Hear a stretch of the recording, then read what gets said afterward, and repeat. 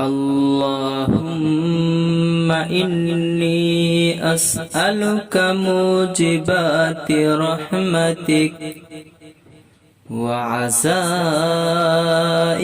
مغفرتك والسلامة من كل إثم والغنيمة من كل بر والفوز بالجنة